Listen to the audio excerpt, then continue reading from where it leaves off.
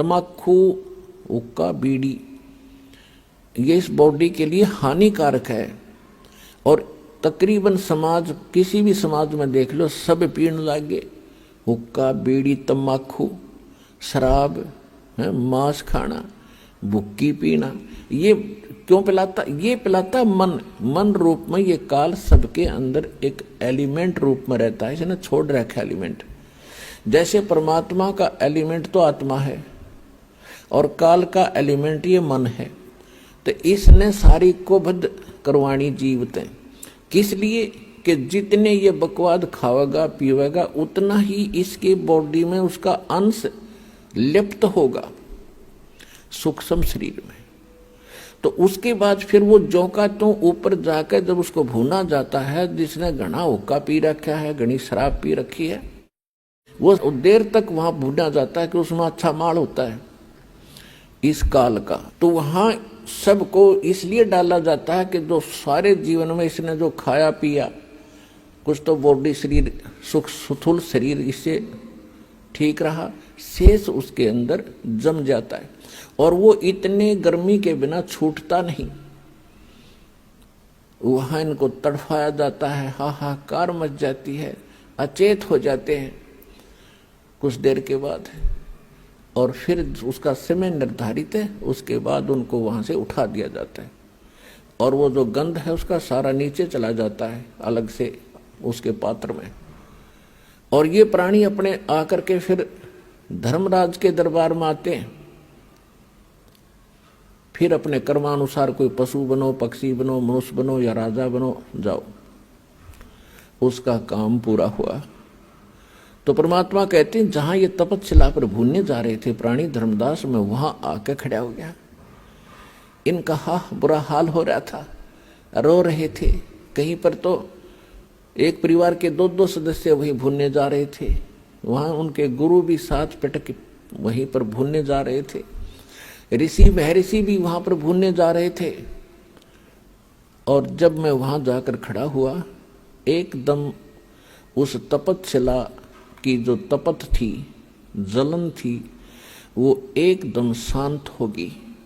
टुकड़ी तो गर्म जो की तू है, लपटें निकल रही हैं आग की, लेकिन उन प्राणियों को मेरी शक्ति से उस आग का कोई असर नहीं हो रहा था। तो जब उनका वो पीड़ा खत्म हुई तो एकदम बैठी शांत होकर मुझे देखा, तो परमात्मा के उस शीतल चंद्रमा जैसे शीतल चेहरे को देखकर वो सभी ये समझ गए कि शायद ये भगवान है। तो उन्होंने कहा कि हे परमात्मा, हम यहाँ पर कौन से कर्म का दंड भोग रहे हैं? तो परमेश्वर ने कहा कबीर जी ने कि बेटा, ये तुम्हारा इस लोक का दंड नहीं, ये तुमने सतलोक में गलती करी थी। अपने मूल स्थान को छोड़कर, उस सर्व सुख दायी स्थान को छोड़कर भरी थाली का ठोकर मार कर तुम यहाँ आए हो इस काल के साथ। परमात्मा ने उनको कुछ ही समय में सारी सृष्टि रचना बताई सुनाई। तो सभी को वहां तो तुरंत समझ में आ गई, क्योंकि यहाँ तो अपलातून पाक रहे हम। एक छोटा सा कोई जॉब हो जा, अधिकारी बन जावे, छोटी सी कोई 10-20 एकड़ जमीन हो जाए, हम सुनते ही नहीं किसी की, अपनों की सुनो देखा। वहां तो सारा स्पष्ट दिख रहा था कि जिस धन को अपना मान रहे थे, जिस घर को अपना मान रहे थे, जिस परिवार को अपना मान रहे थे, वो हमारे साथ नहीं आया। तो वहां तो अकल ठिकाने आ गई थी उनकी। और यहाँ अकल ठिकाने लाने के लिए इतने सत्संग करने पड़ते हैं, इतने प्रमाण देने पड़ते हैं कि तुम गलत स्थान पर पड़े हो, ये लोग तुम्हारा नहीं है, तुम्हारे साथ धोखा हो रहा। और तब भी शीघ्र सी ठिकाने अकल नहीं आती, क्योंकि हमारे ऊपर प्रेशर इतना है। लेकिन मालिक का ज्ञान भी इतना प्रबल है और समाधान इतना प्रबल है, एक दिन अकल ठिकाने आकर रहेगी पूरे विश्व की। अब वो समय आ गया।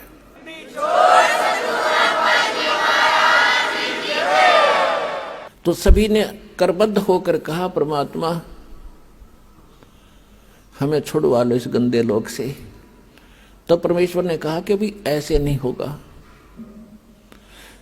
जिस समय आपको पृथ्वी लोक पर मानव शरीर प्राप्त हो, स्त्री या पुरुष का, और वहां मेरा कोई भूला भटका कोई संत तुझे मिल जा, मेरे इस ज्ञान को बताने वाला जो मैं तुम्हें बता रहा हूं, ये याद रखना।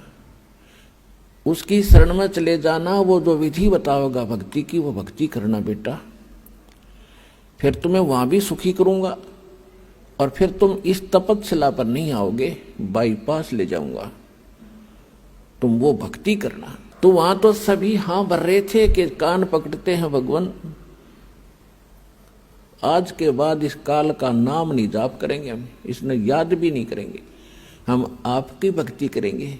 हमने तो भगवान जान के और इस काल की पूजा की दाता। आज अकल खुली हमारी, और अब के मनुष्य जीवन मिलेगा तो हम वही भक्ति करेंगे जिससे आपकी प्राप्ति हो। तो परमात्मा ने कहा भाई ठीक है, याद रखना इस बात को बच्चों, भूलना नहीं। और तुम वहां ऋषि बैठे थे, जो गुरु बैठे थे, वो निराकार बताया करते थे ब्रह्म को। परमात्मा ने कहा कि ए मुनि जी, तुम कैसा मानते थे परमात्मा को? कि जी हमने तो ऐसा ही ज्ञान हुआ है कि वेदों में निराकार बताया गया है। वेद तो पढ़े दी ना, तुम्हें पता वेदों का सट्टे मारे तुमने। वेद तो साकार बताते हैं, तुम्हारा अनुभव निराकार बताता है कि खोजत खोजत थक गए, अंत कहा बेचून। बेचून माने निराकार। तुमने जो जिस विधि से भगवान पाने की चेष्टा की, उससे परमात्मा नहीं मिल सकता, और इसलिए वो गलत प्रयत्न साधना करके तुमने अपना अनुभव गढ़ दिया कि भगवान निराकार, वो दिखता कोई नहीं, प्रकाश प्रकाश दिखता है। परमात्मा का प्रकाश ही देखा जाता है। अरे भले आदमी कोई कहे सूर्य तो निराकार है, सूर्य का प्रकाश देखा जा सकता है, अकल है ठिकाने तुम्हारी? सूर्य बिना फिर प्रकाश किसका? भगवान के बिना प्रकाश किसका देखा? तो कहने लगे जी हम तो बस इतनी पढ़ाई पढ़काए हैं, हमने तो निराकार मान रखा था। देखो वो आ रहा है सामने तुम्हारा निराकार भगवान, वो देखो। जब सबकी दृष्टि परमात्मा के संकेत की ओर गई तो ओछा माथा, काला शरीर, विकराल चेहरा, ये उसका वास्तविक रूप है। और उस रूप को यदि आप यहां देख ले तो कलेजा फट जा। जिसको तुम खोजने के लिए ऋषि महर्षि हजारों वर्ष तक ब्रह्म न पावेंगे, ब्रह्म न पा लो, थारा कलेजा फट जा, उसने देख लो। तो सारी उल्टी साधना की तुमने, सब ज्ञान गलत ज्ञान स्वयं ग्रहण किया और सारी जनता को भ्रमित कर दिया। वो आ रहा तुम्हारा भगवान, और तुम्हारे से निकले इस गंध को खाएगा वो। और अब तुम जाओ यहां से। परमात्मा ने अपनी शक्ति से उनको वहां से उड़ा दिया। अब काल का भोजन का समय हो गया था, क्योंकि उसने भी निर्धारित समय फिक्स कर रखा है कि इतने समय में ये भुन बांध कर चले जाएंगे यहाँ से, केवल वो माल शेष रह जाएगा, उनसे निकला हुआ गंध, वो उसका माल है। वो खाने के लिए आया तो देखा सामने एक व्यक्ति खड़ा है। अब उसने निकट आकर देखा, क्या देखा कि तो मेरा बड़ा भाई खड़ा है, जोगजीत खड़ा है। अब काल, जब वहां काल ने गलती की थी सतलोक में, ये सृष्टि रचना में आपको सुनाया हुआ है, यहां केवल एक हिंट देकर आज सत्संग का विषय दूसरा रखना है। तो वहां सतलोक से जब इसको निकाला था 21 ब्रह्मांड समेत, तो परमात्मा इसी रूप में गए थे, जोगजीत रूप में। तो जब जोगजीत रूप में उसने देखा कि ये परमात्मा के निकट मेरा भाई है, उनके साथ रहता है ज्यादा, और उसका संदेश वही लेकर आता है, कोई आज्ञा क्या है ये पूछता हूं पहले इससे। तो उस ज्योत निरंजन काल ने जोगजीत से कहा कि जोगजीत तू यहां क्यों आया? अब कोई पिता का आदेश है तो मुझे बता, और तूने मुझे वहां से मार कर निकाला था, तू मेरे लोक में क्यों आया? मेरी तू आ कैसे गया? अब मैं तुझे पहले तो आदेश बता दे क्या है परम पिता का, फिर तुझे मैं मारूंगा, कुटूंगा। तब परमात्मा बता रहे हैं धर्मदास जी को, मैंने इससे बताया कि सुन ले आदेश परम पिता का, ये आत्मा परमात्मा की है और ये तेरे साथ आ भी गई थी तो ऐसा जुल्म नहीं करना था तूने। अन्यायी, कोई गधा बना दिया, कोई गधी बना दी, कोई सूर बना दिया, कोई सूरी बना दी, कोई कुत्ते गधे की योनि भोग रहा है, कोई कष्ट से पीड़ित है, किसी को कैंसर है, किसी को टीबी है, किसी का हाहाकार मच रहा है, किसी की टांग कट गई, किसी का हाथ कट गया। ये जुल्म कर रखा तूने। तेरे रहम नाम की चीज नहीं है। परमात्मा दुखी हुए इस बात से। तो वो कहता है कि मैं तो सत का राज करता हूं, जो जैसा कर्म करता है उसका वैसा ही फल देता हूं। भगवान का आदेश है मेरे को कि सत का राज करना, किसी अन्याय ना करना। परमात्मा बोले कि मुझे मालूम है तू जैसा सत का राज करता है। ये मन रूप में तू खुद विद्वान है, सारे उल्टे काम कराता है आत्मा से, और जब आत्मा सजा भोगती है तू भाग जाता है। कबीर साहब कहते मन के मते ना चालिए, मन है पक्का दूत, ले डूबे दरिया में फिर जावे हाथ से छूट। करवा के कुकर्म आत्मा दंड भोग रही है, कोई गलती करवा देता है, इसकी पिटाई हो रही है, मन एक तरफ बैठ जाता, आत्मा रो रही होती है। गधा बनवा के छोड़ देता है उल्टे काम करवा के। अब किसी को कहे भक्ति कर ले, मन नु कहेगा ना आजा ताश खेल लाएंगे, छोड़ के इधर भक्ति में है। कोई कहे भाई भगवान का नाम, चलो सत्संग में ना टाइम नहीं है, और वहां बिछा के गली में बैठ जाएंगे ताश खेलने सारे दिन। इबका मार आन दे, इबका देखूंगा, सारा दिन धक्के खा के बकवास करे। तो ये मन करवाता है।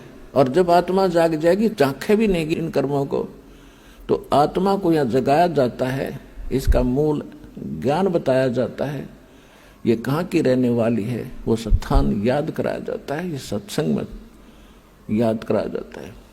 तो सुन ले आदेश परमात्मा का।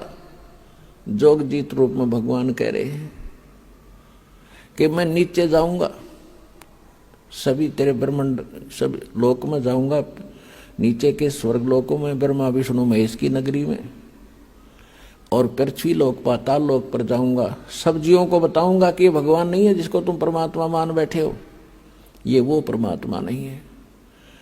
और वो ज्ञान बताऊंगा, उस भगवान के चिन्ह बताऊंगा जिसका तूने नामो निशान मिटा दिया।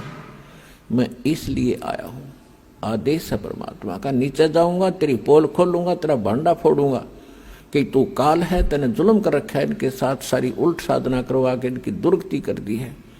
और ऐसा मंत्र दूंगा उनको कि वो जाप करके सीधे सतलोक आ जाएंगे, तेरे झंझट से छूटेंगे।